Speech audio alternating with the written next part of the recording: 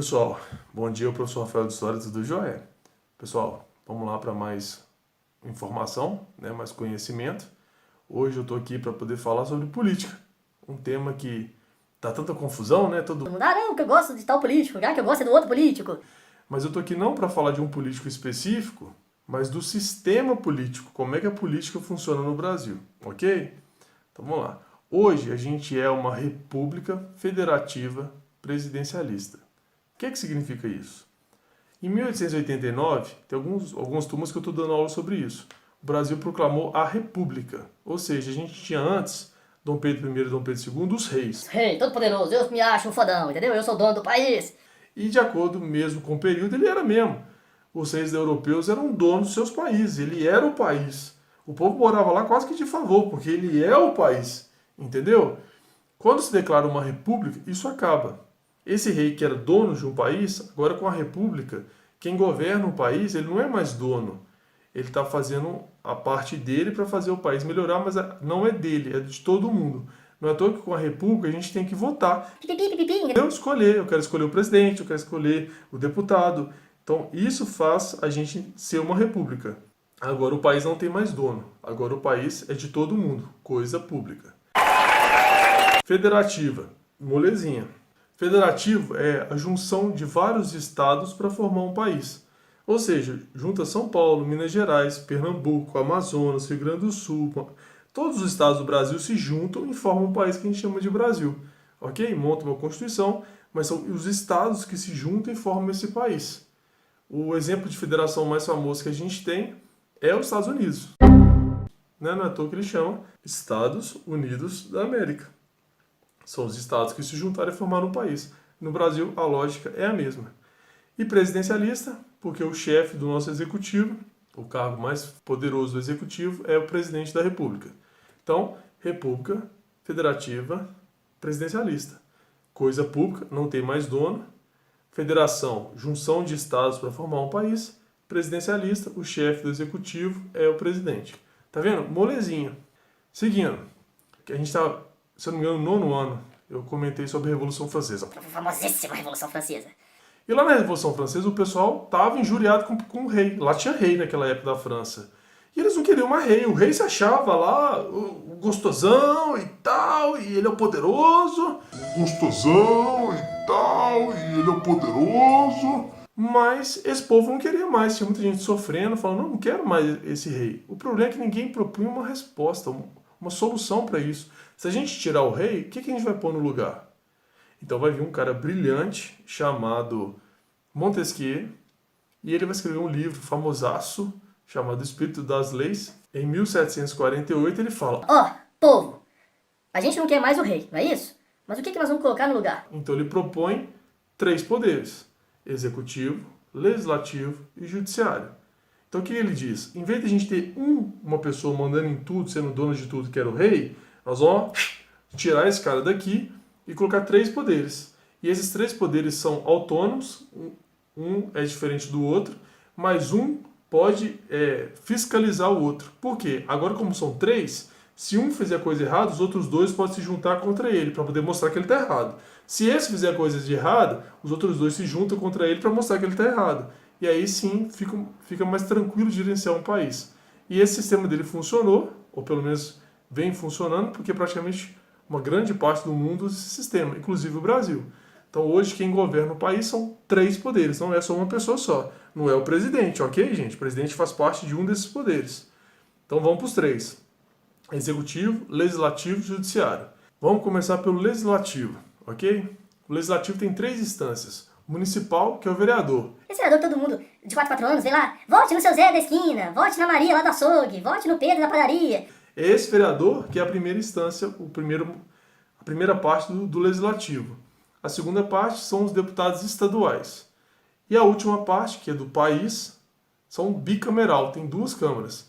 Deputados federais. Vote no Tiririca, pior do que tá no Fico. E senadores, ok? Tanto o vereador, quanto o deputado estadual, quanto o deputado federal são 4 anos de mandato. Só o senador, que são 8 anos. Ele é o único que dura mais tempo, ok? Os deputados federais e senadores, como eu falei, que é lá de Brasília, que é a última parte do legislativo, Os deputados federais, eles estão ali para poder representar o povo. O povo que escolheu ele vai lá para representar. E o Senado não. O Senado está para representar o Estado. Então os deputados querem mostrar serviço para o povo, que foi eleito. O Senado, os senadores estão mais preocupados com o governador. O que o Estado de Minas Gerais, o que o Estado de São Paulo está precisando. Entendeu? Então é bicameral. Então, os vereadores, deputados estaduais, deputado federal e senadores. Esse é o nosso legislativo. E eles são responsáveis por criar as leis. As leis é tudo que regulariza a sociedade. Então, a gente vai ter lei para tudo. A nossa Constituição é grandona, tem um calhamalhaço de livro enorme. Então, tá lá as leis dizendo o que pode e o que não pode ser feito, ok? E o legislativo é responsável para fazer isso, tanto na cidade, quanto no estado, quanto no país. Bom, agora vamos para o segundo poder, que é o executivo. Então, se o legislativo é responsável por criar as leis, o executivo é responsável por fazer essas leis funcionarem, por executar essas leis, por isso executivo. E aí também tem três setores: municipal, que é o prefeito, estadual, que é o governador, e federal, que é o presidente da República. O presidente, então, é o mais alto cargo do executivo. Também todos eleitos de 4 em 4 anos, ok? Então, o presidente, por exemplo, é responsável pelo exército, por validar as leis do legislativo. Eles criam leis, o presidente tem que dar o aval dele. O executivo todo mundo geralmente conhece mais, porque geralmente é o que todo mundo cobra. Quando dá algum problema na sociedade, todo mundo vai em cima do presidente, do governador ou do prefeito. Então, geralmente, esse é um dos três poderes que todo mundo mais conhece. Então, legislativo faz as leis, executivo faz elas funcionarem, executa essas leis, e o último é o judiciário. O judiciário é um poder de resposta. O legislativo e o executivo fazem as coisas acontecer. O judiciário espera as coisas acontecer. Se por acaso alguma coisa acontece de errado, é o judiciário que vai entrar em cena. Então, se alguém vai lá e comete um crime, o legislativo falou, é proibido roubar. Se a pessoa roubar, aí o judiciário tem que vir. Algo aconteceu de errado e o judiciário vai vir para poder punir essa pessoa que fez de errado. Então, o judiciário ele tem que esperar as coisas acontecer para ele poder participar, ok? São 4, de maneira geral, né? São 4 momentos do judiciário. O primeiro é o juiz, esse juiz que todo mundo conhece de causa. Quando eu sei sobre o vizinho vai lá e briga, o muro é aqui, o muro é lá, eu sei lá o quê. É esse juiz da primeira instância, do primeiro grau, que vai resolver. Depois, a segunda instância, o segundo grau, são os tribunais. Então, esse primeiro juiz vai lá e fala, José e Maria brigaram, José ganhou. Aí a Maria tem direito de querer questionar isso. Então, ela vai para esse tribunal, que é a segunda instância, geralmente são 3 juízes, para poder rever se o primeiro juiz cometeu algum erro. E aí para por aí a questão de recurso civil, né? Esse aí é o órgão máximo. Daí para frente, aí é só para lei e constituição. Então, a terceira fase, a terceira seguinte, né? A gente falou de 2, a terceira é o Superior Tribunal, que aí sim vai tratar de leis e tudo mais. E a última instância, que é o Supremo Tribunal Federal, que vira e mexe aparece na televisão, né? Que aí sim tem a ver com a Constituição. Toda vez, aí já não é mais questão de briga de vizinho nem nada. Toda vez que alguma coisa ameaça o país inteiro de maneira constitucional, aí é o Supremo Tribunal Federal que vai chegar e falar. Entendeu? Só para concluir, uma outra palavra que ficou faltando é democracia. Todo mundo fala aí, o Brasil é democracia, o Brasil é democracia. O que é democracia? Democracia é lá da Grécia Antiga, e a democracia lá da Grécia de Atenas é uma democracia participativa. Ou seja, quem era considerado cidadão, nem todo mundo era cidadão. Mas quem era considerado cidadão tinha direito de participar de maneira direta. Então, quando acontecia alguma coisa em Atenas, eles se juntavam na praça e quem era cidadão falava. Dava sua opinião e falava, agora nós vamos entrar em guerra com Esparta. Aí a galera levantava a mão e contava. Então era uma democracia direta. No nosso país hoje, não é assim, eu até entendo porque são 210 milhões de habitantes, não dá para todo mundo dar a sua opinião. Então a gente chama a nossa democracia de maneira indireta. Então a gente elege o executivo, o legislativo, né, o vereador, o prefeito, para fazer as escolhas pela gente. E aí daqui a 4 anos, se esse cara fez bem, ou essa moça fez bem, a gente reelege eles. Se não fizer, tira e coloca outro. Beleza? Então, de maneira geral, é assim que funciona a política brasileira. Qualquer dúvida, eu estou aqui à disposição para ajudar. Oi, bom dia. Aqui o professor Alan, da matéria de Ciência e Tecnologia. é a primeira vez que essa matéria está fazendo parte da grade da Escola Romero Carvalho. Sim, ciência e tecnologia faz parte das matérias integradoras e aparece aqui no 8º ano. Nessa matéria, no comecinho, nessa estreia dela na grade da Escola Romero Carvalho, nesse sábado letivo especial, a gente vai falar sobre a história da internet. Pois é, né? Se não fosse pela internet, nós não estaríamos aqui agora, né? Como que a gente ia fazer contato com os alunos? Imagina só esta pandemia toda se a gente não tivesse a internet e quanta coisa boa ela traz pra gente, né? Informação, possibilidades. A gente pode hoje conhecer o mundo inteiro sem sair de casa. Bom, vamos então falar um pouquinho da história da internet? Em 2020, no ano passado, planeta Terra, uma pandemia jamais vivida pela geração atual, assola o mundo. A Covid-19, que teve os primeiros casos na China no final de 2019, começa a se espalhar por todos os continentes e em março de 2020 chega ao Brasil. Aulas suspensas, restrições de locomoção e mortes, muitas mortes. Ainda em 2021, os males dessa doença atingem a humanidade. Vacinas começam a ser distribuídas, mas o mundo quase parou. Imagine se a gente não tivesse a internet. Como saberíamos os dados alarmantes da doença? Como conseguiríamos nos comunicar, estudar, comprar, nos distrair, nos informar? O que seria do nosso sábado letivo? Podemos ter certeza que lá na origem da internet não imaginaram o quanto ela é importante nos dias de hoje. Ao mesmo tempo que temos acesso a aplicativos como Conexão Escola, WhatsApp, Google Classroom e usar a internet para algo importante que garante o nosso futuro, né, como é o estudo, a gente pode usá-la também para ver filmes, vídeos, fazer compras, comparar produtos, nos informar e uma infinidade de utilidades que farão parte das nossas atividades nessa matéria de ciência e tecnologia. Vamos ver? Como que surgiu a internet? Você sabe como que surgiu a ideia da internet? Eu vou contar para vocês. Lá atrás, nos primórdios da internet, nos remete à reação do governo norte-americano, né, o governo dos Estados Unidos, ao projeto Sputnik da antiga União Soviética, promovidas pela Rússia durante a Guerra Fria em 1957.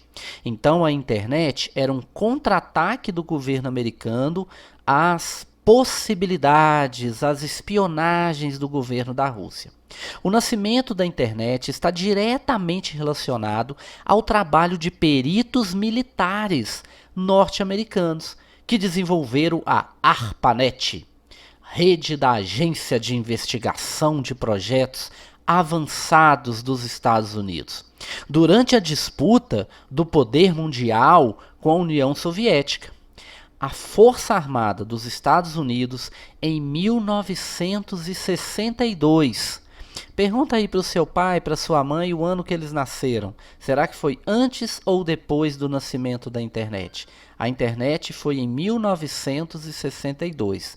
Então, nessa época, nesse ano, os Estados Unidos encomendou um estudo para avaliar como suas linhas de comunicação poderiam ser estruturadas de forma que permanecessem intactas ou pudessem ser recuperadas em caso de um ataque nuclear. Bom, gente, o mundo nessa ocasião estava a 20 e poucos anos aí do final da Segunda Guerra, né, que terminou com uma catástrofe lá das guerras de Hiroshima e Nagasaki. Então o que acontece?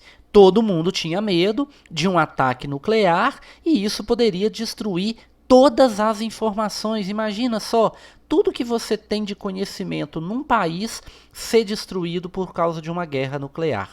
E aí, o apoio financeiro deste governo norte-americano, através da pesquisa promovida, né, pelo Departamento de Defesa dos Estados Unidos, por meio da ARPA, né, da ARPANET, né, que foi daí que surgiu o nome. Já em 68 foi o impulso para a implantação de um sistema de informação em rede.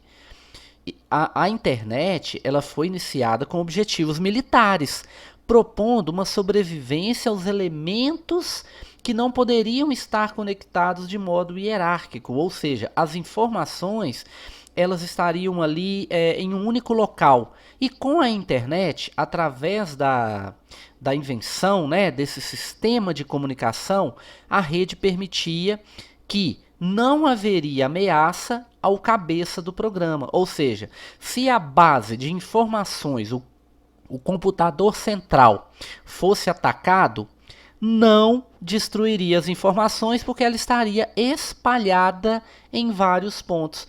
Compreende agora por que a internet muitas vezes ela é mostrada, né, dos desenhos como um tanto de linhas, cada um para um ponto? Porque as informações da internet elas ficam guardadas em vários locais. Um elemento essencial e a razão, né, para que a rede da internet, chamada na época de ARPANET, pudesse sobreviver, a retirada ou a destruição de um computador ligado a ela. Então, quer dizer, se houvesse uma bomba lá no computador central dos Estados Unidos, se não fosse pela internet, o medo deles era que todas as informações fossem destruídas. Gente, informação no mundo de hoje é tudo, né? Os Estados Unidos tinham medo de ataques nucleares que pudessem destruir suas bases de dados. Por isso criaram um sistema em forma de rede, onde as informações ficavam em vários pontos distintos. Você destruir um computador central, você joga uma bomba lá e pronto. Mas, e se esses dados estiverem espalhados por todo o país? Aí, se destruísse uma base, os dados estariam salvos em outras bases. Bom, diferente dessa visão do governo norte-americano, né, de guerra, né, eu vou proteger os meus dados, as universidades viram na internet uma grande possibilidade de pesquisa. O que eles imaginaram? Eles imaginaram que se eles conseguissem unir, através da internet, os pesquisadores e eles trocassem ideias, né, trocassem informações sobre as suas pesquisas, isso seria muito interessante. E aí, o primeiro computador que chegou no campus da Universidade da Califórnia, em Los Angeles, aí já era janeiro de 69, tá? Colocou no laboratório da faculdade e em 2 anos a ARPANET, né, eles desenvolveram, era totalmente operacional. Nesse começo, né, a nossa internet de hoje era chamada de ARPANET. Aí começaram a colocar mensagens de e-mail. Então, ao invés de você mandar uma carta pelo correio, né, ou uma mensagem por aparelho de fax, você poderia mandar as mensagens entre as universidades, trocar ideias através da internet. E aí, gente, o processo de funcionamento da comunicação nesta rede estabelecida, em que qualquer computador podia se ligar à net de qualquer lugar, e assim a informação era trocada, né, da maneira como eles desejassem, foi o que deu o impulso na internet. Uma situação muito interessante é que a internet trabalha com fatias, com pacotes de informações. Quando você manda, por exemplo, uma foto da sua atividade para o seu professor, aquela foto ela vai em forma de vários pequenos arquivos, vários pacotinhos, e aí chega, né, no celular, no computador do seu professor, e eles vão e montam, né, os computadores têm muita potência, né, muita capacidade de cálculo, eles vão lá e montam de novo o arquivo. Então, quando você manda uma simples foto da sua atividade, a internet desmonta essa foto em vários pacotinhos, manda para o seu professor e chega lá, ela monta novamente aquela informação. Bom, isso eu estou falando, evidentemente, ali na base, né, na década de 60, quando a internet começou. Hoje, com o aumento da capacidade a velocidade da internet, esses pacotes podem ser maiores, né? Então, muitas vezes o arquivo vai em um pacote só, tá bom? Eles estavam adivinhando, né? O pessoal das universidades americanas parece que estavam adivinhando, porque hoje, 2021, a internet está sendo fundamental na pandemia. Muitos cursos são feitos totalmente online, né? Você não vai na escola em momento algum. Infelizmente, né, no ano passado, no ano de 2016, do ano de 2020, né, vocês se lembram? No dia 16 de março foi o último dia de aula. E depois disso, tudo era pelos grupos de WhatsApp. Agora, em 2021, aprimorou, né? Tem as apostilas, o Classroom, né? Os grupos de WhatsApp continuam. Então, quer dizer, foi algo assim muito, muito, muito interessante. Só que aí, além da comunicação, da troca de arquivos, de informações, passou a ser interessante a internet também com relação à divulgação de negócios. O cyberespaço atraiu interesses comerciais. As empresas pensaram assim: poxa, e se eu conseguisse mostrar o meu produto, vender, né, quem sabe, o meu produto para qualquer pessoa do mundo, e a pessoa não precisasse vir na minha loja para poder fazer essa compra? Então, em 1989, um cara, sabe, americano, chamado Tim Berners-Lee, ele criou o que ele chamou de www. O que significa o www do nosso site? A gente não está convidando vocês aqui para o www.radioveloci.com. A gente não está convidando vocês aqui para o www.youtube.com. Então, o World Wide Web. Esta é a tradução de www, que é o ambiente multimídia da internet. A reunião de texto, de imagem, de som, de vídeo, de tudo. O www que a gente tem nesses sites é como se fosse uma linguagem da internet que une todas essas informações. E aí, gente, a partir daí, né, o Berners-Lee foi chamado o pai da web, porque com essa sua formatação, né, com esse seu trabalho, ele conseguiu levar a internet muito além do que qualquer um podia imaginar. O Museu de Paris foi um dos primeiros sites, né, que a gente teve no mundo. Você conseguiria visitar as obras do Museu de Paris, Museu do Louvre em Paris, sem sair da sua casa, em qualquer lugar do mundo. Imagina só, antes só tinha acesso a esse museu ou através de livros e revistas, ou mesmo se você fosse lá visitá-lo.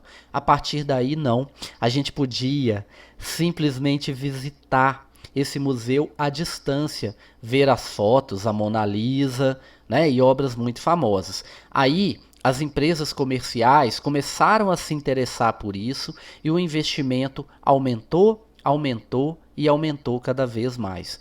Hoje, muitas empresas, né, chamadas .com, americanas.com, submarino.com, o ricardoeletro.com e várias outras empresas têm seus sites na internet e vendem por ele para o Brasil e para o mundo inteiro. Se você tem um artesanato aí na sua região, você pode de repente fazer o seu artesanato, uma boneca, por exemplo, e vender pela internet para o mundo inteiro. Mas foi tão rápido assim que começou? Não, né, gente? No começo, os computadores eram com as telas bem escuras e o fundo só verde, não tinha muito desenho, era mais letras, mas ainda assim você conseguia, através da junção dessas letras, criar uns joguinhos até interessantes, criar uns aplicativos, né, que a gente chama hoje muito interessantes. Depois, à medida que o computador foi se desenvolvendo, né, apareceu um sistema operacional chamado MS-DOS, né? Vocês já ouviram falar no Bill Gates? Pois é, o Bill Gates era um rapaz super talentoso que trabalhou forte, viu? Não foi à toa, ele trabalhou muito para conseguir desenvolver o sistema operacional MS-DOS. E a partir daí foram tendo evoluções nos programas. Pode perguntar para o seu pai e para sua mãe aí se eles já ouviram falar num tal de ICQ. O ICQ teve uma época, era o aplicativo onde as pessoas conversavam. Então você estava aqui, você estava aí, por exemplo, em Fidalgo, você conversaria com qualquer pessoa do mundo, onde ela estivesse, como se ela estivesse do seu lado. E aí foram aparecendo mais e mais aplicativos, mais e mais programas. Talvez o seu pai e a sua mãe também conheçam um tal de Orkut. Nossa, o Orkut foi famoso, viu? Todo mundo queria ter uma conta no Orkut. E no caso do Orkut foi legal porque ele trazia a união das pessoas, sabe? Você tinha comunidades que você podia encontrar pessoas que gostavam das mesmas coisas que você. Ah, eu gosto de jogar futebol. Pois é, você podia entrar num grupo, numa comunidade de pessoas que jogavam futebol, e aí você podia encontrar com eles, marcar, conversar, trocar ideias. Então foi muito, muito legal. Depois disso veio o Facebook, que a gente tem aí até hoje. Agora a gente tem o Instagram, tem o WhatsApp, tem Snapchat, tem Twitter, várias e várias redes sociais. E aí, quando a gente para agora e pensa, a gente fala, poxa, 1969, em termos de história, né, você pode até verificar com o seu professor, isso não é quase nada. Mas olha a revolução que a internet, que essa comunicação trouxe pra gente. Agora, eu gostaria que você me contasse, pode comentar no chat, pode me mandar depois mensagem, se você gosta da internet. Você gosta da internet? Para que você usa a internet? Ela é útil para você? Ou você não gosta muito? Você assiste filme? Você gosta de joguinho? Conta pra gente o que você mais gosta na internet. Bom, essa foi a nossa participação no sábado letivo da matéria de Ciências e Tecnologia do 8º ano. Espero que vocês tenham gostado.